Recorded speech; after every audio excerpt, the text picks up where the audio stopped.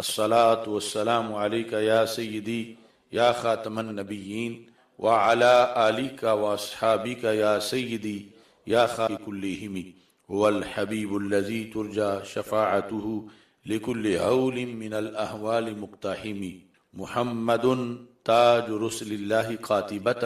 محمد صادق الاقوال والکلم محمد ذکرہ روح لانفسنا محمد شکرہ فرد علی الامم کاتہ۔ رب ذوالجلال کے فضل اور توفیق سے تحریک لبیک یا رسول اللہ صلی اللہ علیہ وسلم اور تحریک صراط مستقیم کے زیر اہتمام 29ویں سالانہ فہم دین کورس کا سلسلہ جاری ہے۔ مرکز صراط مستقیم تاج باغ لاہور کے اندر حضرت سیدنا شاہ جلال رحمہ اللہ تعالی ریسرچ سینٹر میں آج اس کورس کے سلسلہ میں ہماری گفتگو کا موضوع ہے رزق میں اضافے کے اسباب۔ میری دعا ہے خالق کائنات جل جلالہ سب کے رزق میں اضافہ فرمائے اور خالق کائنات جل جلالہ پاکستان کو، عالم اسلام کو خوشحالی عطا فرمائے اور رزق کی فراوانی عطا فرمائے۔ مختلف کورسز میں اسلامی معیشت کے لحاظ سے ہمارے متعدد موضوعات پہلے منظر عام پہ آ چکے ہیں۔ ایک بڑا اہم پروگرام گوجرانوالا میں ہم نے فہم دین کانفرنس میں پاکستان کی معیشت کے لحاظ سے بھی کیا،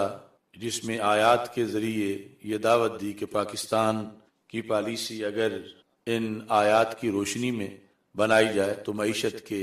سارے مسائل حل ہو سکتے ہیں۔ یہ علیحدہ بات ہے کہ حکمرانوں نے یا ارباب بست و کشاد نے اس طرف توجہ نہیں کی، لیکن ایک جامع اس حیثیت کا موضوع ہم نے قوم کے سامنے پیش کیا تھا۔ ہر بندہ چاہتا ہے کہ اس کے رزق میں اضافہ ہو، اور رزق میں اضافے کی تمنا ناجائز بھی نہیں۔ رزق میں اضافہ شرعاً پسند بھی ہے، مطلوب بھی ہے۔ قرآن مجید برہان رشید میں سورہ جمعہ کے اندر رب ذوالجلال فرماتا فَإِذَا قُضِيَتِ الصَّلَاةُ فَانتَشِرُوا فِي الْأَرْضِ کہ جب نماز ادا کر دی جائے تو زمین میں پھیل جاؤ، وَابْتَغُوا مِن فَضْلِ اللَّهِ اور زمین میں پھیل کر اللہ کے فضل کو تلاش کرو۔ یعنی مسجد میں بیٹھے ہوئے لوگوں کو مسجد سے باہر بھیجا جا رہا ہے حکم قرآنی میں، اور انہیں کہا جا رہا ہے کہ جاؤ باہر اللہ کا فضل تلاش کرو۔ حالانکہ مسجد مرکز فضل ہے اور یقیناً مسجد میں آنے سے فضل ملتا ہے، لیکن شریعت یہ چاہتی ہے کہ امت مسلمہ کے افراد اپنی معیشت کا بھی خیال کریں۔ تو یہاں وابتغوا من فضل اللہ سے مراد ہے کہ رزق تلاش کرو، کاروبار حیات جو جائز ذرائع ہیں ان کے ذریعے رزق حاصل کرو۔ تو شریعت میں طلب رزق باقاعدہ حکم خداوندی ہے، اور اتنے اہم موقع پر کہ جب لوگ نماز ادا کر چکے ہیں، ایک بڑی عبادت جو ہفتہ وار عبادت ہے، اس کے بعد پھر انہیں یہ حکم دیا جا رہا ہے۔ اور ایسے ہی سورہ ملک میں اللہ تعالیٰ کا فرمان ہے هو الذی جعل لکم الارض ذلولا کہ وہ اللہ وہ ہے کہ جس نے تمہارے لیے زمین کو مسخر کیا، یعنی زمین کے رستوں میں چلنا تمہاری قدرت میں رکھا کہ تم چل سکو، راہیں زمین کے اندر بنائیں کہ تم سفر کر سکو، اور سفر کرنا تمہاری بساط میں ہو۔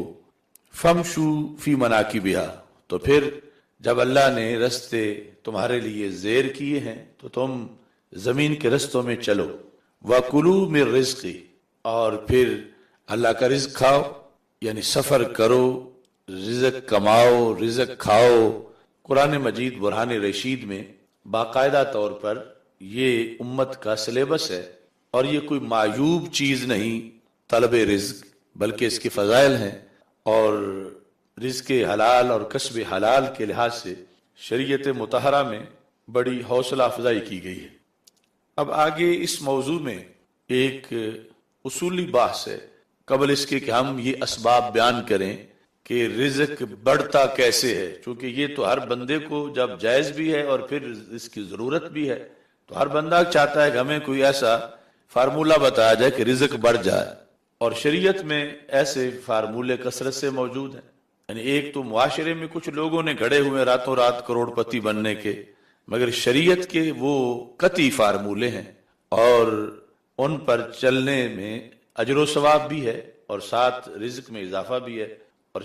ہر بندہ یہ چاہتا ہے کہ پتہ چلے کہ ہم کیسے اپنا رزق بڑھا سکتے ہیں۔ تو اس بحث میں آنے سے پہلے ہمیں یہ سوچنا ہے کہ رزق کا جو معاملہ ہے اس میں کیا رزق اور دین کا آپس میں کوئی باہمی رشتہ ہے کہ جو بندہ دیندار ہو اس کو زیادہ ملے اور جو بے دین ہے وہ بھوکا مرے؟ کیا ایسا ہے کہ رزق کی تقسیم بندے کے تقوی کے میرٹ پہ ہوتی ہے کہ کتنا متقی ہے کہ اس کو پھر کتنا رزق دیا جائے، اور اگر متقی نہیں تو پھر اس کو بھوکا رکھا جائے؟ یعنی عمومی طور پر ایک نیک بندے کی یا عام ایک جو اسلامی سوچ ہے وہ لوگوں میں وہ یہی ہے کہ جب ہم اللہ کے بندے ہیں اور ہم اللہ والے ہیں تو پھر اللہ ہمیں زیادہ دے گا، ہمارے پاس رزق زیادہ ہونا چاہیے، اور جب دوسری طرف کفار ہیں وہ اللہ کو مانتے ہی نہیں تو ان کے پاس رزق نہیں ہونا چاہیے یا تھوڑا ہونا چاہیے، اور پھر جو کلمہ پڑھنے والے ہیں ان میں آگے جو درجہ بندی ہے رزق کی، اس کی بیس کیا ہے؟ تو یہ ساری چیزیں قرآن و سنت سے مان کے ہی ایک بندہ نفس مطمئنہ کے ساتھ زندگی بسر کر سکتا۔ یعنی کوئی یہ کہے کہ میرا زور بازو ہے کہ میں کروڑ پتی ہوں، ہونا چاہیے میں سمجھدار بڑا ہوں اور مجھے کاروبار کا طریقہ بڑا آتا ہے، لہذا میرا تو حق بنتا ہے کہ میں کروڑ پتی بنوں، دوسرے کا نہیں بنتا۔ یا کوئی کہے کہ میں چونکہ تہجد بھی پڑھتا ہوں، نماز پنجگانہ بھی پڑھتا ہوں، تو میرا حق بنتا ہے کہ میں کروڑ پتی بنوں۔ یعنی یہ کئی سوچیں جو ہیں ان کو آیات اور احادیث کے ذریعے سے ذرا اپنی اپنی جگہ پہ لانے کی ضرورت ہے۔ پھر شرعی طور پر جو رزق کا فلسفہ ہے اس پر بندہ مطمئن ہو کر اللہ کے فیصلے کے مطابق وہ زندگی بسر کر سکتا ہے۔ یعنی کتنا ہی سمجھدار کیوں نہ ہو، جب رب اسے ایک حد تک رکھنا چاہتا ہے تو اسے راضی ہو جانا چاہیے کہ میں اس پہ راضی ہوں جس پہ مجھے اللہ نے رکھا ہوا ہے، اگرچہ فلاں جس کی صلاحیتیں مجھ سے تھوڑی ہیں اس کا رزق زیادہ ہے، تو یہ اللہ کی مرضی ہے کہ اللہ نے اسے زیادہ دے دیا ہے، مجھے تھوڑا دے دیا ہے، تو میں اللہ تعالیٰ کے فیصلے پر احتجاج نہ کروں بلکہ میں اللہ کے فیصلے پر راضی ہو جاؤں۔ یا ایک یہ ہے کہ فلاں تو کافر ہے، مرتد ہے، قادیانی ہے، ہندو ہے، سکھ ہے، بدعقیدہ ہے، اس کے باوجود اس کے پاس زیادہ ہے تو یہ اللہ کی مرضی ہے، اس میں اس کا تو کوئی کمال نہیں، لیکن اللہ کے فیصلوں کو میں چیلنج نہیں کر سکتا، اور مجھے میرے رب نے اگر اس کو یہ پسند ہے کہ میں اس حد تک رہوں تو میں پھر اللہ کی رضا پر راضی ہوں اور اس پر مجھے شکوہ نہیں کرنا چاہیے۔ اور اس طرح پھر یعنی شرعی طور پر رزق جو ہے اس کا مدار اللہ کی تقسیم پر ہے، اللہ قاسم رزق ہے، یعنی یہ کسی کا زور بازو نہیں کہ وہ تبارک و تعالیٰ نے قرآن مجید برہان رشید میں اس چیز کو فائنل بیان کیا ہے، اور یہ تقدیر اور ایمان کا معاملہ ہے، اس پر ایمان جو ہے وہ پکا ہونا چاہیے۔ مومن کا اعتقادی جو معاملہ ہے اس میں یہ چیز بھی بہت اہم ہے۔ مثلا 25ویں پارے میں اللہ تعالیٰ ارشاد فرماتا ہے سورہ زخرف کے اندر، اللہ فرماتا ہے نحن قسمنا بینہم معیشتہم فی الحیات الدنیا، ہم نے لوگوں کے درمیان دنیا کی زندگی میں معیشت کو تقسیم کیا، ہم نے تقسیم کیا، اور تقسیم میں کیا سب کو ایک جتنے پیسے دیے؟ اللہ فرماتا ہے وَرَفَعْنَا بَعْضَهُمْ فَوْقَ بَعْضٍ دَرَجَاتٍ، ہم نے بعض کا درجہ معیشت میں بعض سے بلند رکھا۔ یعنی ہر جگہ جو ناداری ہے ضروری نہیں کہ اس نادار کی سستی کی وجہ سے ہو یا غفلت کی وجہ سے ہو یا اس کے نکمے یا نکھٹو ہونے کی وجہ سے ہو، یعنی کبھی تو یہ بھی اس میں سبب بنتا ہے، لیکن ایک اللہ کا اپنا نظام ہے۔ تو خالق کائنات جل جلالہ فرماتا ہے وَرَفَعْنَا بَعْضَهُمْ فَوْقَ بَعْضٍ دَرَجَاتٍ، ہم نے بلند کیا بعض کو بعض پر مالی درجے میں، لِيَتَّخِذَ بَعْضُهُمْ بَعْضًا سُخْرِيًّا، تاکہ بعض جو ہیں وہ بعض سے خدمت لیتے رہیں۔ یہ ایک معنی ہے سخریہ کا۔ مثلا سارے ہی اگر کروڑ پتی ہوں تو پھر کٹائی کون کرے، بجائی کون کرے، پسائی کون کرے، روٹی کی پکائی کون کرے؟ سارے نواب ہیں۔ تو پھر کوئی کسی کی بات ہی نہ سنے، کوئی کسی کے کام کی طرف توجہ ہی نہ کرے۔ اب بعض کو بعض پر فضیلت دی کہ جن کے پاس پیسے نہیں وہ دوسرے کی بات تو سنے تاکہ اس کے پیسے انہیں کام کے عوض میں ملے تو ان کا بھی گزارا ہو، وہ بھی محتاج رہے، یہ بھی محتاج رہیں۔ یعنی وہ اگرچہ سونے کے محل میں بیٹھا مگر سونا اس نے کھانا تو نہیں، کھانا تو روٹی ہے، اور روٹی کے روٹی بننے تک کا جو مراحل ہیں اس میں بہت سے لوگوں کا دخل ہے۔ تو اللہ تبارک و تعالی فرماتا ہے کہ یعنی یہ جو بعض کو رزق زیادہ دیا بعض کو کم دیا، اس کا یہ مطلب نہیں کہ سب کو زیادہ پورا نہیں آ سکتا۔ اللہ کے خزانوں میں کوئی کمی نہیں، وہ تو سب کو ہی کروڑ پتی بنا سکتا ہے، ارب پتی بنا سکتا ہے، سب کو سونے کے محلوں میں بٹھا سکتا ہے۔ لیکن پھر جو نظام کائنات چلنا ہے اس میں خود ان لوگوں کے لیے مسائل پیدا ہونے والے ہیں، اور اللہ جو ہے وہ عاقبت امور جانتا ہے۔ تو خالق کائنات جل جلالہ نے یہ واضح کر دیا کہ رزق ہم نے تقسیم کیا اور بعض کو بعض سے زیادہ ہم نے دیا، اور اس کے پھر کئی مقاصد ہیں، اس کی کئی حکمتیں ہیں۔ اور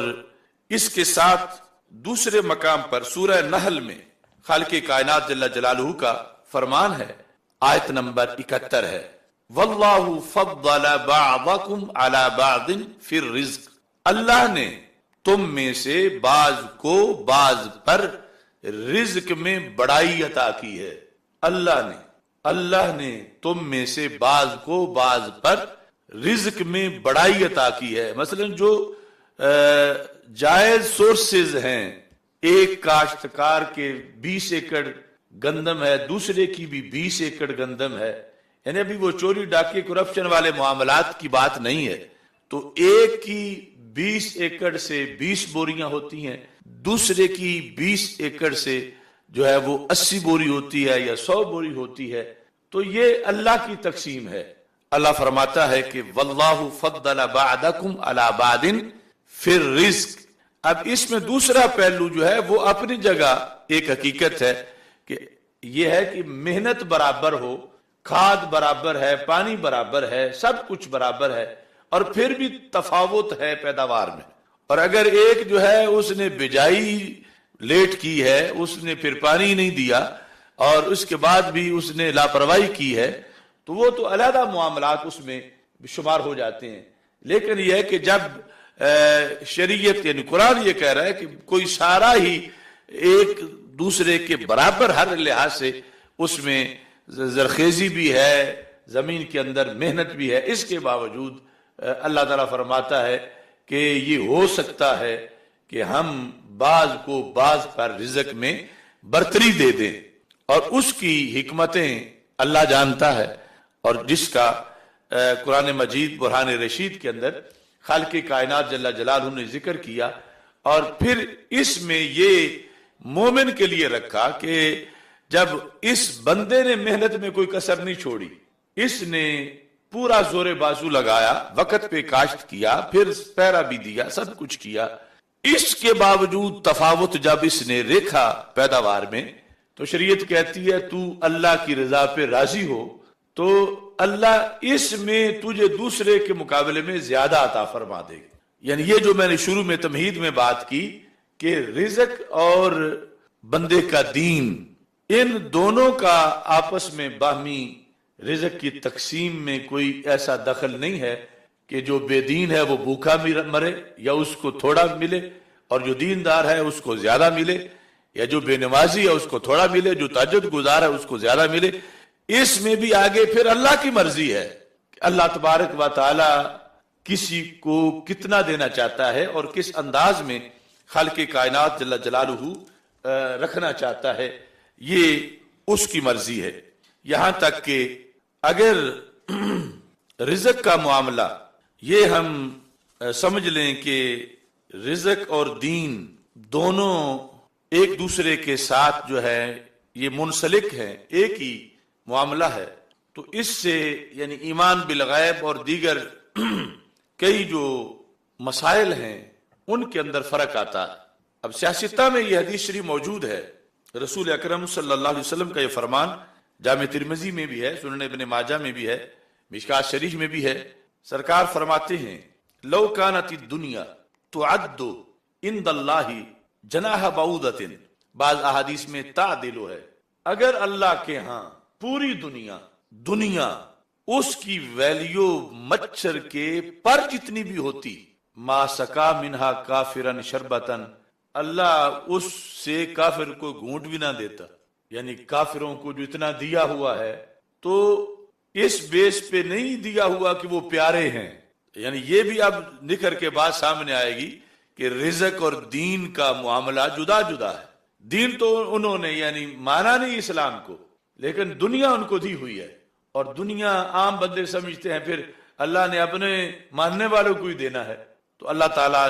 کے حبیب حضرت محمد مصطفیٰ صلی اللہ علیہ وسلم اس الجھن کو دور کرتے ہیں. آپ فرماتے ہیں لو کانت الدنیا تعدل عند اللہ جناح بعوضۃ، اگر اتنی بھی ویلیو ہوتی، حالانکہ مچھر کے پر کی کیا ویلیو ہے، اللہ کے ہاں اگر دنیا کی اتنی بھی ویلیو ہوتی جتنا مچھر کے پر کی ویلیو ہے، تو اللہ پھر بھی کافر کو مستحق نہ سمجھتا اس چیز کا کہ اس کو ایک بوند دنیا کی دے دی جائے. تو اس بنیاد پر دنیا کہیں پڑی ہوئی دیکھ کر اس پر دلیل پکڑنا کہ پھر اس بندے پہ رب راضی بڑا ہے، اس کو کینسل کر دیا گیا. لیکن یہ بھی ضروری نہیں کہ اللہ ناراضی ہو، کبھی راضی ہونے کی بنیاد پر بھی دنیا دے دیتا ہے. لیکن یہ کوئی قاعدہ کلیہ نہیں کہ جہاں دنیا ہو تو اس دنیا کو دیکھ کر کوئی کہے کہ اللہ اس میں بڑا راضی ہے. پنجابی میں جو کہتے ہیں رب باں پھدی یہ دی، اگرچہ وہ کتنا بڑا ظالم ہو، کرپٹ ہو، چور ہو، ڈاکو ہو، صرف اس کے پاس پیسہ دیکھ کر. تو یہ معیشت اور رزق کے مسئلے پر بھی یعنی اسلام کو سمجھنا بہت سنجیدگی کے ساتھ بندے کو سمجھ آ سکتی ہے. ہمارے آقا صلی اللہ علیہ وسلم نے واضح کر دیا کہ رزق اور دین ان کا کوئی ایسا آپس میں کنیکشن نہیں ہے کہ اگر بندہ دیندار ہے تو پھر ضرور وہ کروڑ پتی ہوگا. ہو سکتا ہے دیندار تو ہے، سچا ہے، لیکن اللہ کے ہاں اس کے لیے کئی آزمائشیں ہیں اور اس میں ناداری بھی ہے. اور یہ بھی ہو سکتا ہے کہ سچا ہے تو پھر کروڑ پتی بھی ہو، لیکن یہ بھی ہو سکتا ہے کہ سچا نہیں ہے کافر، ہے مرتد، لیکن رب ذوالجلال نے اس کو دولت دے رکھی ہے. چونکہ دولت کا ہونا یہ سچائی ہے. اور بھی بہت سے امور ہیں کہ جن کو پیش نظر رکھا جائے گا. ایسے ہی سید عالم نور مجسم شفیع معظم صلی اللہ علیہ وسلم کے اور بھی فرامین ہیں. مثلا مسند امام احمد بن حنبل میں اور بہقی کی شعب ایمان میں، مصنف ابن ابی شیبہ میں انسانی ذہن کو جھنجھوڑ کے مطمئن کرنے کے لحاظ سے یہ نہایت اہم احادیث ہیں. یعنی عام جو دنیا دار لوگ ہیں ان کا کیا،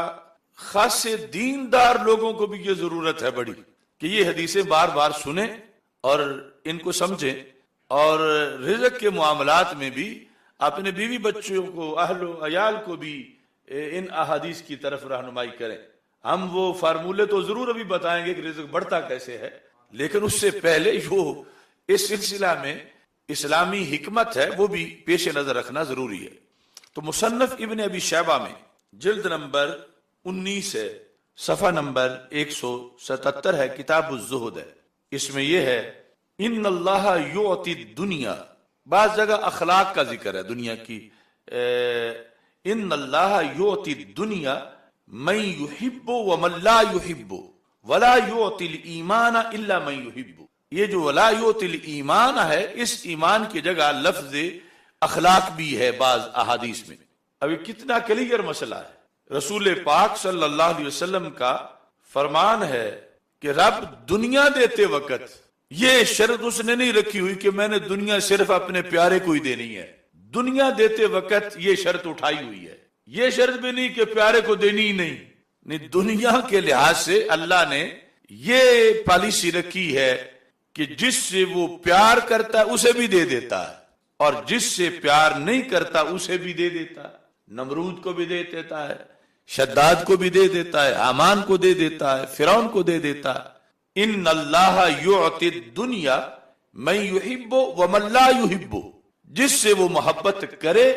اسے بھی دے دیتا ہے، اور جس سے نہ کرے اسے بھی دے دیتا ہے۔ ولا یعطی الایمان الا من یحب، لیکن ایمان دیتے وقت یہ کڑی شرط ہے کہ ایمان صرف اسے دے گا جس سے محبت کرتا ہے۔ دیکھو فیصلے، اللہ کے فیصلے اور زبان رسالت کی طرف سے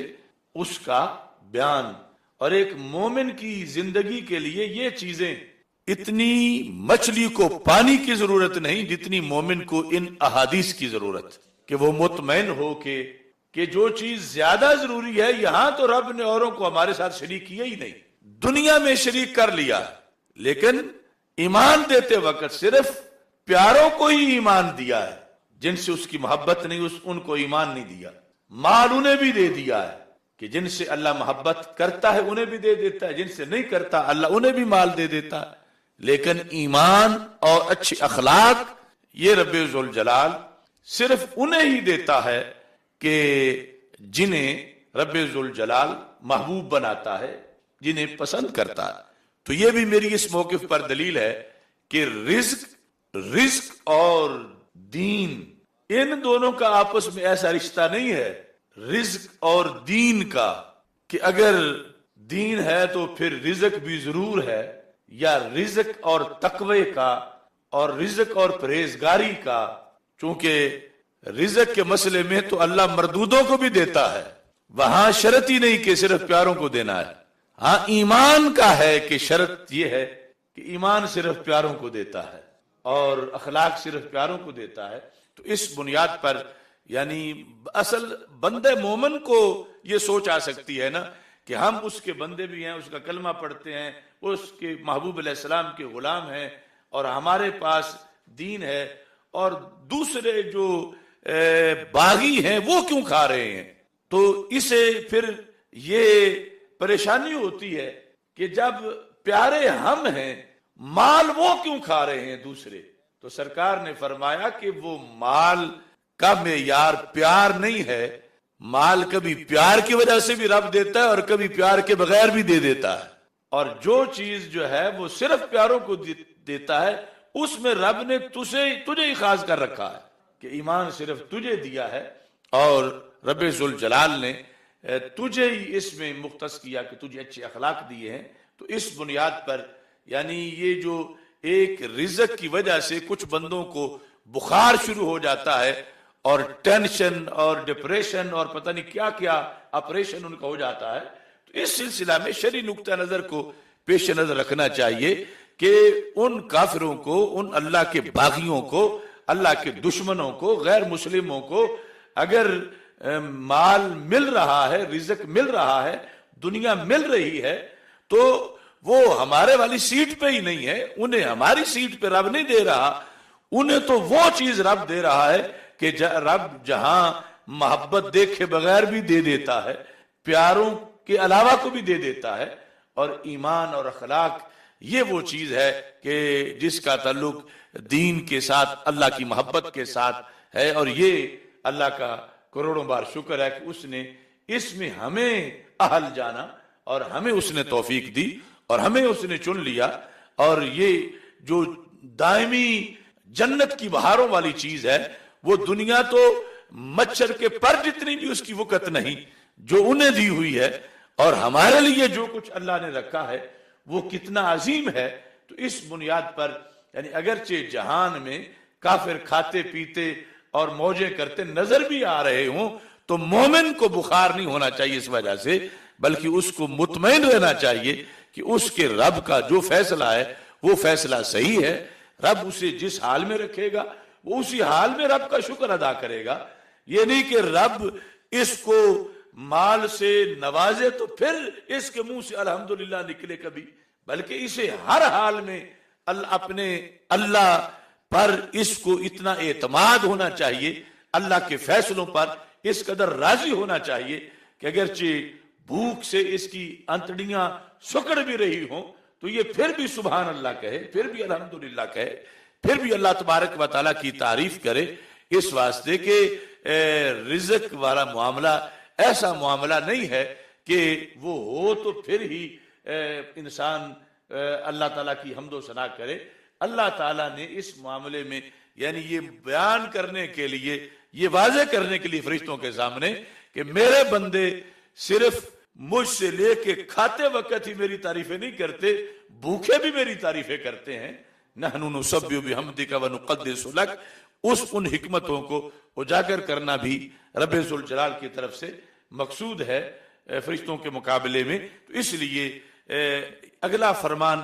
رسول پاک صلی اللہ علیہ وسلم کا یہ ہے کہ جس میں ہمارے آقا صلی اللہ علیہ وسلم بہقی شعب ایمان کے اندر یہ حدیث ہے، بہقی شعب ایمان میں، اور اس کا موضوع اور مطلب بھی اسی طرح بنتا ہے۔ یہ جلد نمبر 1 اور صفحہ نمبر 219 ہے۔ رسول پاک صلی اللہ علیہ وسلم کا فرمان ہے، بظاہر حدیث موقوف ہے لیکن اصول کے مطابق فرمان رسول صلی اللہ علیہ وسلم ہے، اور اس میں ہمارے اس موضوع کے ساتھ اور بھی کچھ رہنمائی ہمارے لیے موجود ہے، وہ بھی بڑی اہم ہے۔ اد مفترض اللہ علیک تکن من اعبد الناس، یعنی اگر کوئی بندہ چاہتا ہے کہ میں سب سے بڑا عبادت گزار بنوں تو اسے یہ بتایا گیا کہ جو رب نے تجھ پہ فرض کیا ہے فرائض کا پابند بن تو پھر بڑا پرہیزگار بنے گا۔ سب سے پہلے یعنی بڑی پابندی جو ہے، اگرچہ پابندی تو پھر مستحبات تک کرنی ہے لیکن اعبد بننے کے لیے اس میں تفضیل، وجتنب ما حرم علیک تکن من اورع الناس،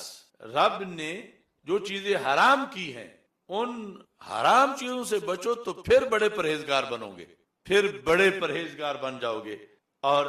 اس موضوع پر جس میں ہم بول رہے ہیں، وَرْضَ بِمَا قَسَمَ اللَّهُ لَكَ تَكُنْ مِنْ أَغْنَى النَّاسِ، جتنا تجھے رب نے دیا ہے اس پہ راضی ہو جاؤ۔ وَرْضَ یعنی اگر مثال کے طور پر تمہاری آمدنی 10,000 ہے تو اس پر اللہ سے شکوے نہ کرو، 10,000 پہ راضی ہو جاؤ۔ اگر 20 ہے 20 پہ راضی ہو جاؤ، 50 ہے 50 پہ راضی ہو جاؤ۔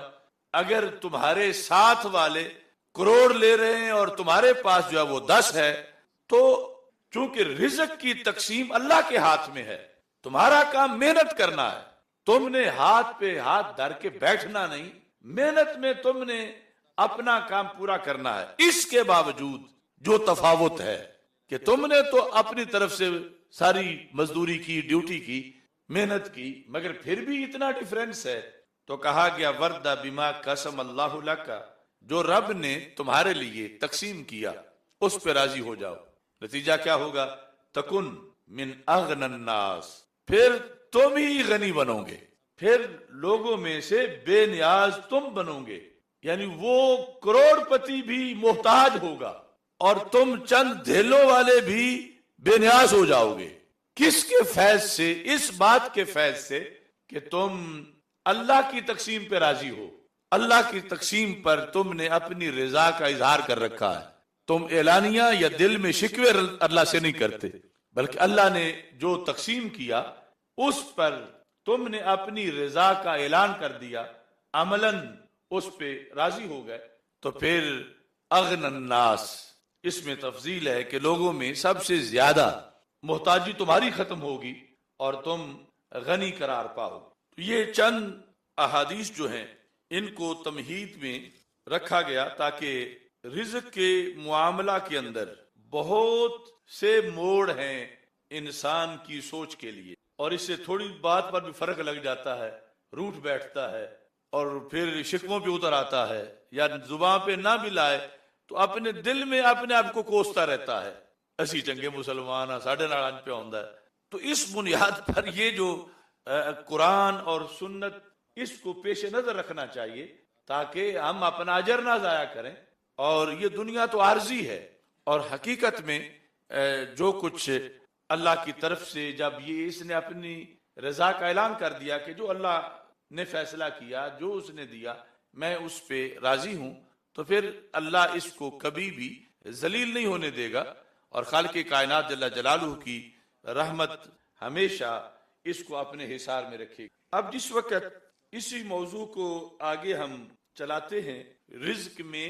اضافے کے اسباب کے لحاظ سے، یعنی پہلی تمہید تو یہ ہے کہ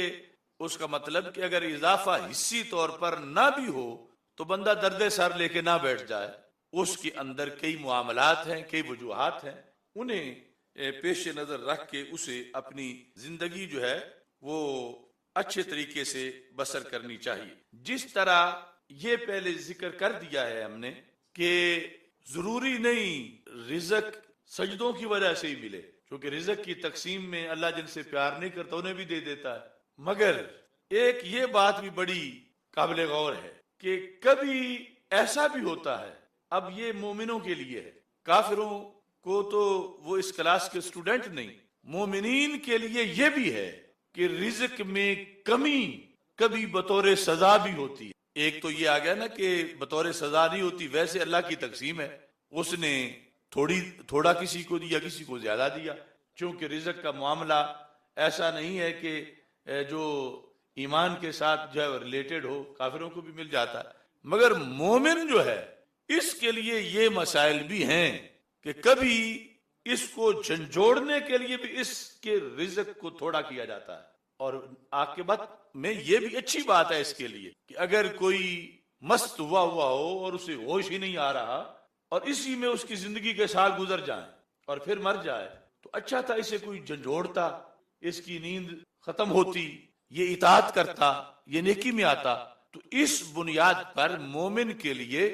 اللہ کی طرف سے یہ ادا بھی بڑی رحمت ہے کہ کبھی رزق